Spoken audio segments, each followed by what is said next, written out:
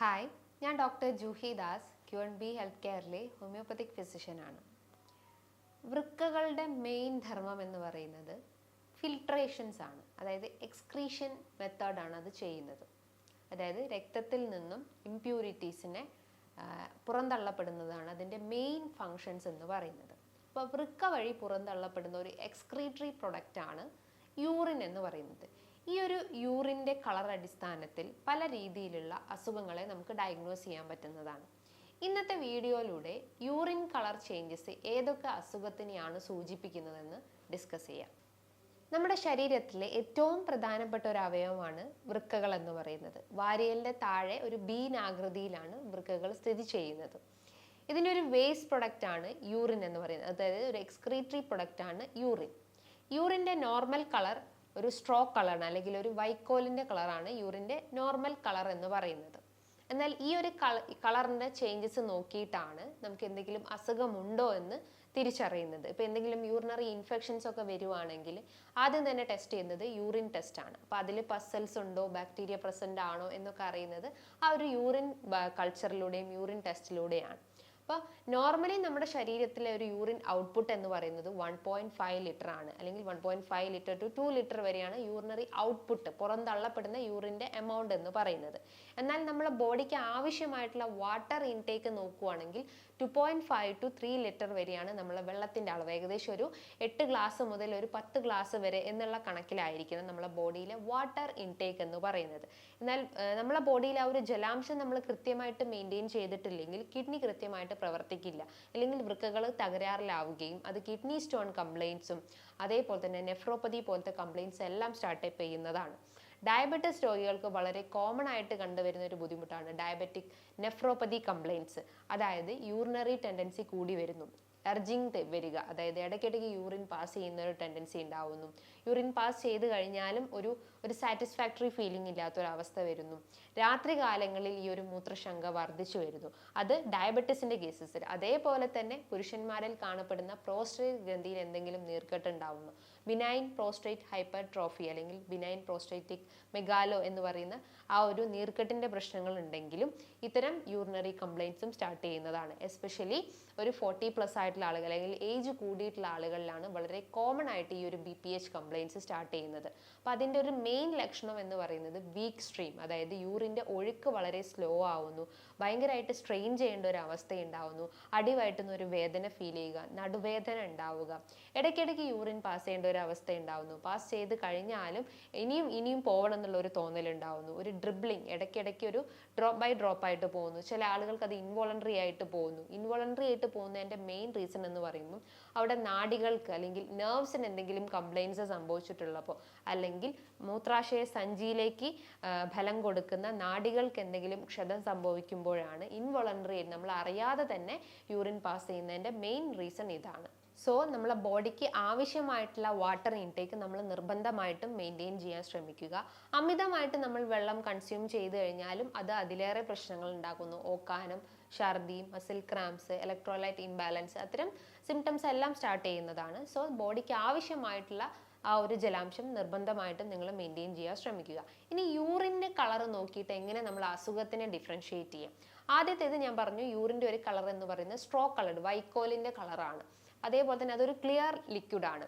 അപ്പം യൂറിൻ്റെ ആദ്യത്തെ ഒരു ഇനീഷ്യൽ കളർ ഇപ്പോൾ ഒരു റെഡ് അല്ലെങ്കിൽ ഒരു പിങ്കിഷ് കളറൊക്കെ ആണെങ്കിൽ അതൊരു ഇൻഫെക്ഷനെയാണ് സൂചിപ്പിക്കുന്നത്. അത് എസ്പെഷ്യലി ഇത്തരം പ്രോസ്റ്റേറ്റ് ഇൻഫെക്ഷൻസോ അല്ലെങ്കിൽ ബ്ലാഡർ ഇൻഫെക്ഷൻസോ അങ്ങനെ എന്തെങ്കിലും ഇൻഫെക്ഷൻസിനെയാണ് അത് മെയിനായിട്ട് സൂചിപ്പിക്കുന്നത്. ഇനി രണ്ടാമത്തെ ഒരു ഇൻഡിക്കേഷൻസ്, അതായത് യൂറിൻ്റെ കളർ ഒരു ഓറഞ്ച് കളറാണെങ്കിൽ നിങ്ങളുടെ ബോഡിയിൽ ജലാംശം കുറഞ്ഞു പോയി എന്നതിൻ്റെ സൂചനയാണ്. അതായത് ഡീഹൈഡ്രേഷൻ സ്റ്റേജിലോട്ട് പോയിട്ടുണ്ടെങ്കിൽ അതിൻ്റെ ഒരു ഇൻഡിക്കേഷൻസ് ആണ് ഒരു ഓറഞ്ച് കളർഡ് യൂറിൻ എന്ന് പറയുന്നത്.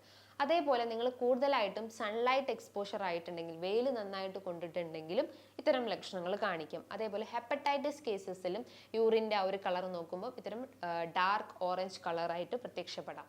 ഇനി ഒരു കളർ ഇൻഡിക്കേഷൻസ് എന്ന് പറയുന്നത് ബ്ലൂ കളറാണ്.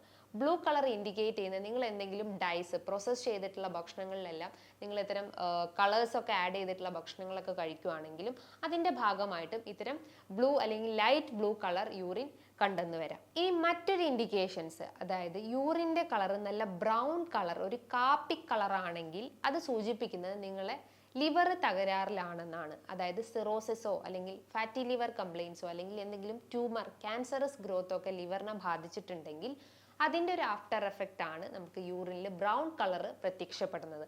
അതേപോലെ തന്നെ നിങ്ങളെ ബോഡി ഡീഹൈഡ്രേറ്റ് ചെയ്തിട്ടുണ്ടെങ്കിൽ, അതായത് വെള്ളത്തിൻ്റെ അളവ് കുറഞ്ഞു കഴിഞ്ഞാലും ഇത്തരം ബ്രൗൺ കളർ യൂറിൻ അനുഭവപ്പെട്ടെന്ന് വരാം.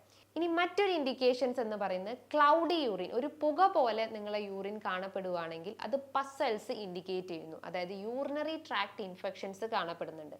UTI, അതായത് സ്ത്രീകളിൽ ഏറ്റവും കൂടുതൽ കാണപ്പെടുന്ന ഒരു ബുദ്ധിമുട്ടാണ് യൂറിനറി ട്രാക്ട് ഇൻഫെക്ഷൻസ്. മൂത്രനാളിയിൽ ബാക്ടീരിയൽ കോളനൈസേഷൻസ് കാരണം യൂറിൻ്റെ ആ ഒരു ബുദ്ധിമുട്ട് വർദ്ധിച്ചു വരുന്നുണ്ട്. യൂറിനറി ട്രാക്ട് ഇൻഫെക്ഷൻസിന്റെ മെയിൻ കാരണം എന്ന് പറയുന്നത് എസ്ട്രീഷ്യ കോളൈ പോലത്തെ ബാക്ടീരിയൽ ഓവർഗ്രോത്ത് കാരണമാണ്.